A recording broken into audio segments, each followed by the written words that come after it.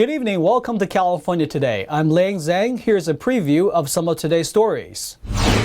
A senator from Southern California introduced a new bill which she hopes will be a blueprint for abortion laws in the state. But during their meeting, the public voiced no support. May 10th is National Fentanyl Awareness Day. A Santa Clara supervisor is turning to social media to stop illicit fentanyl. We're 1 month away from California's primary elections, but recently a woman allegedly found a box of mail-in ballots on the sidewalk in Southern California. The local registrar is investigating. A Southern California senator wrote a bill which she intends to act as a blueprint for providing abortions throughout the state. During the meeting, while the bill heard no public support, one person spoke up, saying that funding should instead focus on supporting rearing children. During a May 9th Senate Appropriations Committee hearing, officials moved forward a bill that would expand abortion access in Los Angeles County. Senator Sidney Kamlager authored Senate Bill 1245 to create an abortion pilot program. She said the program would act as a blueprint for the rest of the state to follow. Some counties in California don't have Planned Parenthood or other abortion clinics, so Kamlager says SB 1245 would allow women to have access to abortions regardless of their residency status in the county. So if I don't tell you what to do with your reproductive health care rights, you shouldn't have to tell me what to do with mine. That is all this bill does. And it does it in Los Angeles County by creating a safe haven for abortion access. The committee didn't hear from any supporting voices, but a handful of individuals called in to oppose the bill. SB 1245 will expand abortion access in LA County. Because it is one-sided in its funding, making no accommodation for access to childbirth services, it blatantly violates the California Constitution under Committee to Defend Reproductive Rights versus Myers. Arnell said the focus should be on helping women afford having their babies.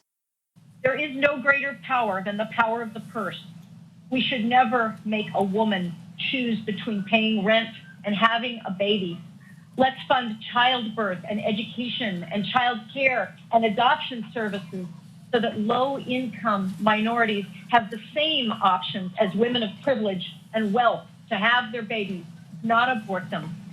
Currently, SB 1245 has been placed on the Senate suspense file. It needs to wait for the state budget to be prepared before the state legislature moves forward with the bill. A Bay Area supervisor launched the nation's first Fentanyl Awareness Day. The purpose is to start a movement to be on the lookout for illicit fentanyl and lower demand throughout social media. Santa Clara County Board of Supervisor Cindy Chavez declared May 10th as National Fentanyl Awareness Day. What we're doing today is having a conversation with our community. We want to be able to talk to parents about what to look for, signs, and places to go to get help. We want to talk to youth so that they understand what they're seeing on the ground. Santa Clara County District Attorney Jeff Rosen joined her to raise awareness about the dangers of how one pill can kill. One of the deadly facets of fentanyl that is so awful is that the people who use it for the first time as an experiment or unwittingly thinking they're taking something else for the first time are especially susceptible to poisoning and death. According to Rosen, a few weeks ago, 11,000 fentanyl pills were seized, enough to kill everyone in a county of nearly 2 million people. They're nicknamed Fentapills. They are a counterfeit prescription pill made to look like medicine. Parents joined the effort to promote fentanyl awareness through various social media platforms. Brandon Mullen lost his 18-year-old son to fentanyl poisoning after taking a counterfeit pill during Thanksgiving of 2020.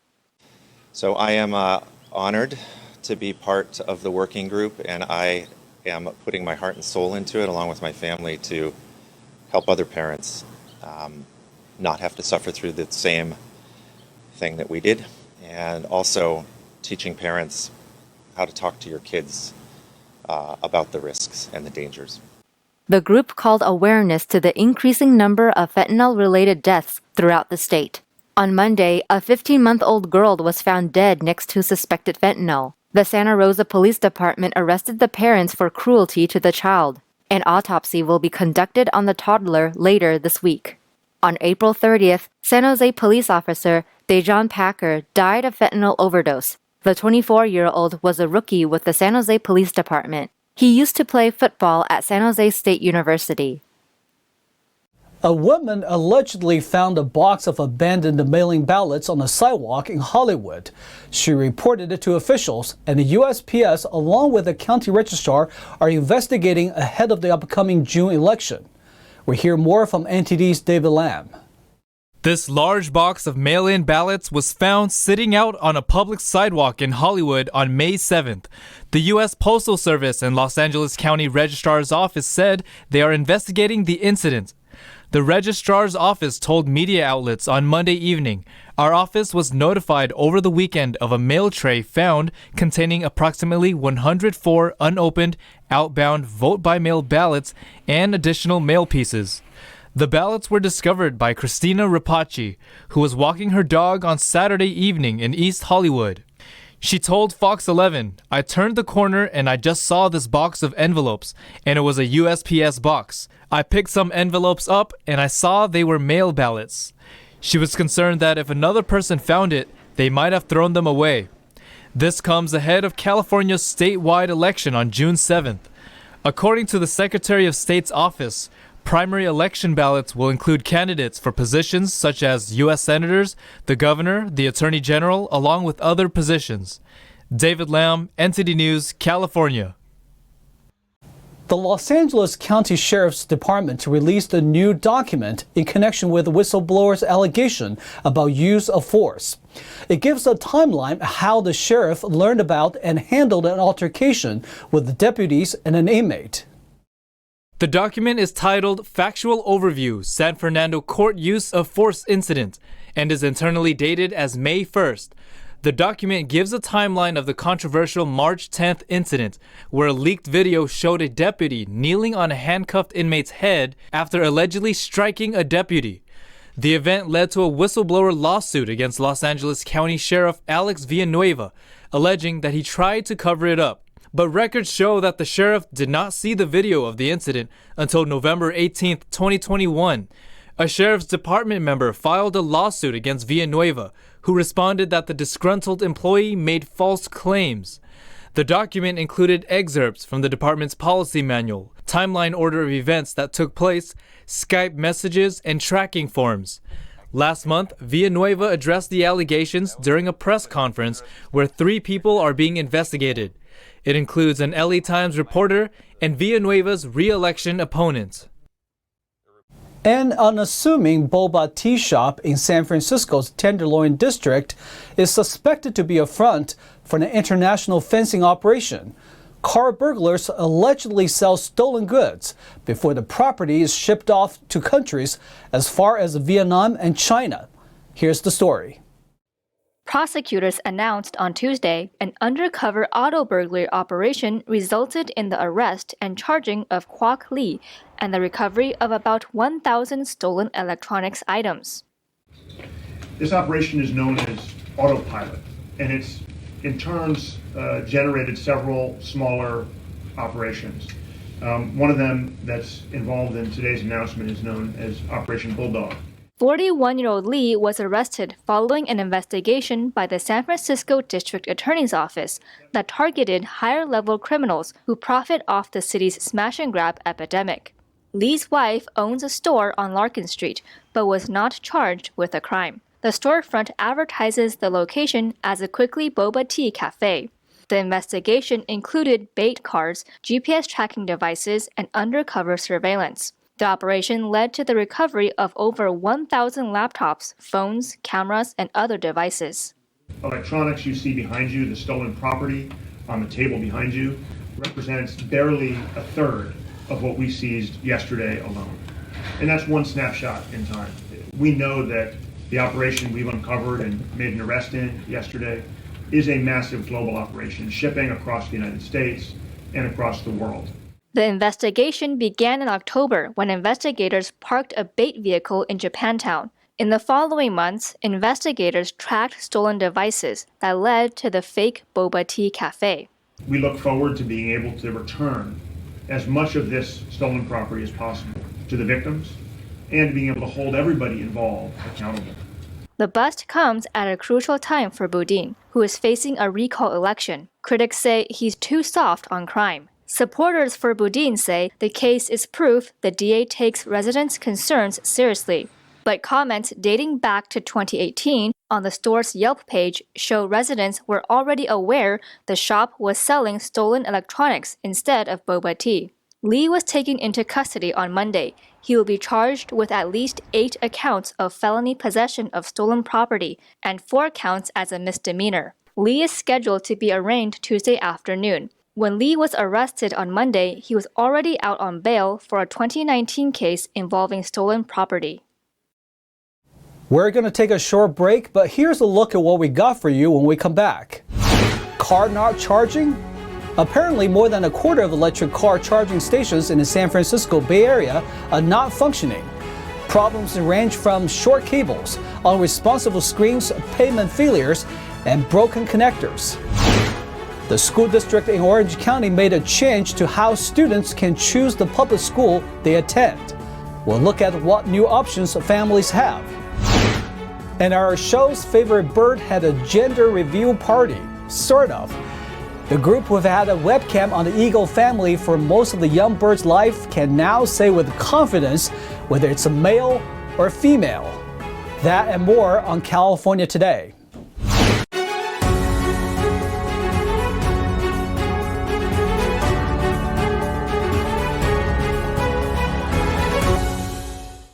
Mike Tyson, the legendary boxer, is not having charges filed against him.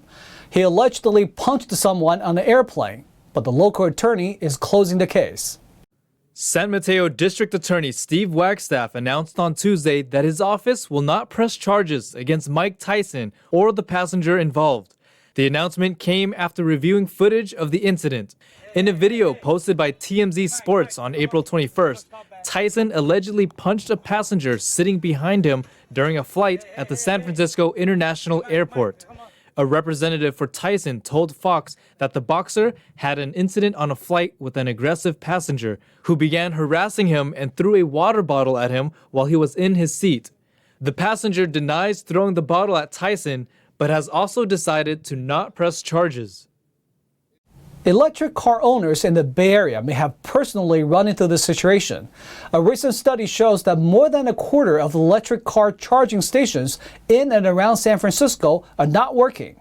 The study also suggests the need for more reliable charging stations. According to a study titled Reliability of Open Public Electric Vehicle Direct Current Fast Chargers, about 72% of electric car charging stations in the Bay Area are functional. The study surveyed 657 plugs at 181 public stations across 9 counties in the Greater Bay Area. It did not include Tesla charging stations.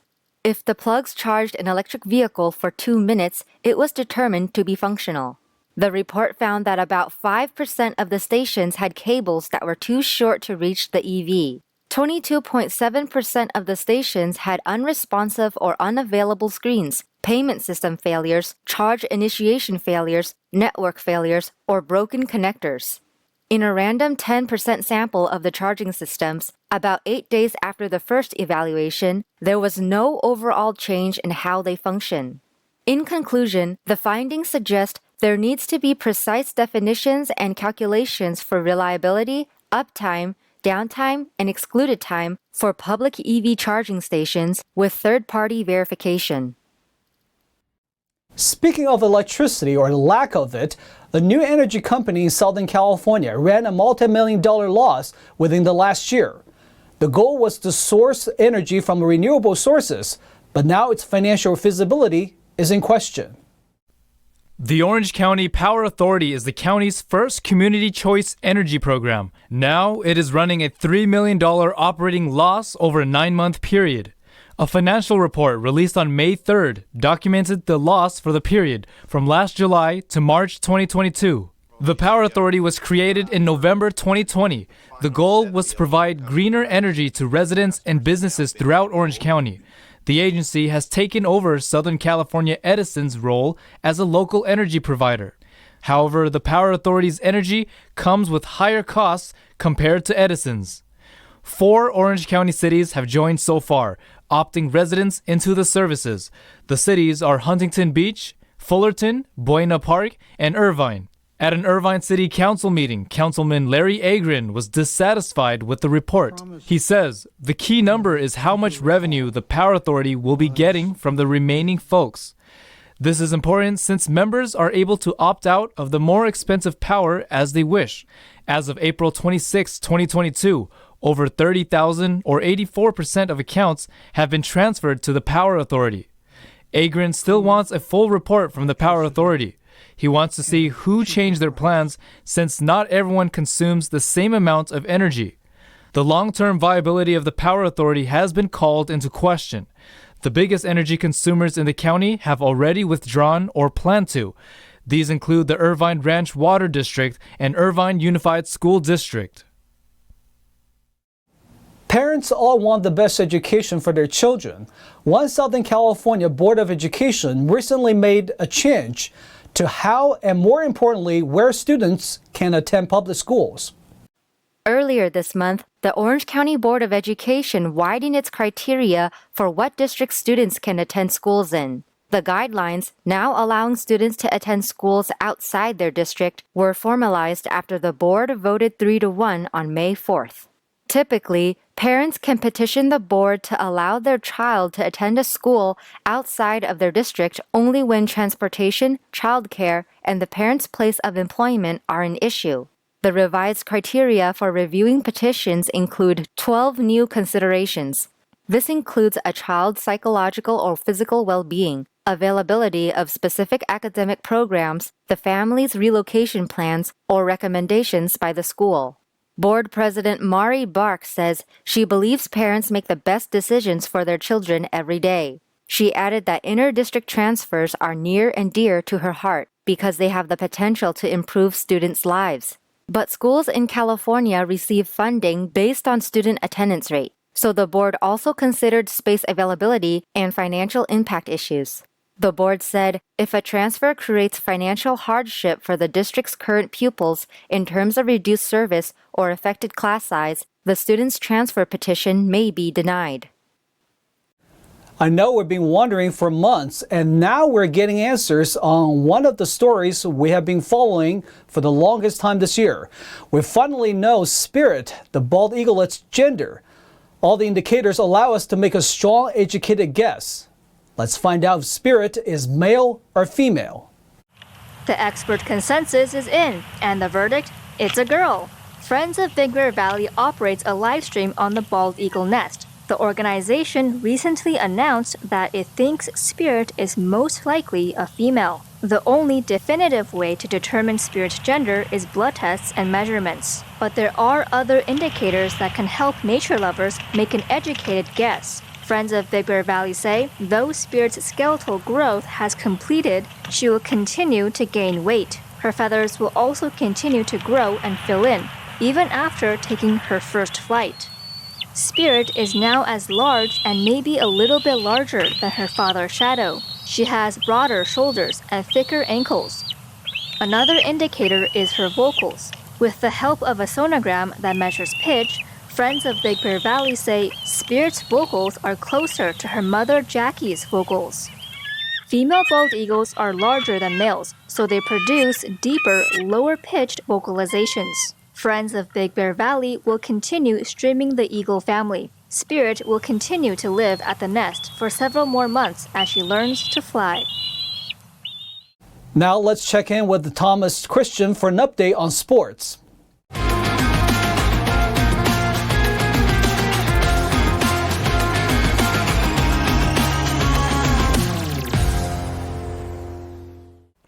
I'm Thomas Christian, giving you the California Today Sports Roundup. The Memphis Grizzlies played Monday night's Game 4 matchup without star guard Ja Morant and almost got away with it. Up by 7 points at halftime by way of a Desmond Bain half-court buzzer beater, Memphis held on to the lead until there was 45.7 seconds left in the fourth quarter.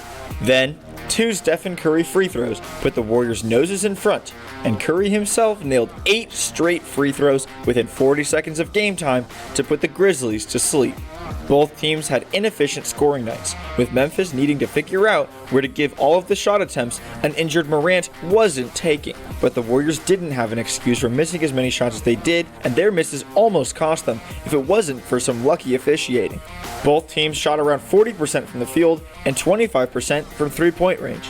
The difference between winning and losing? Golden State shot 90% on free throws, and Memphis shot just 60%. The hero of the game's final minutes, Stephen Curry finished with 32 points and 8 assists on 10 of 25 shooting. 4 other Warriors scored in double figures, with Klay Thompson, Jordan Poole, Andrew Wiggins, and Otto Porter Jr. giving their usual production. Jaren Jackson Jr. scored 21 points to lead the Grizzlies.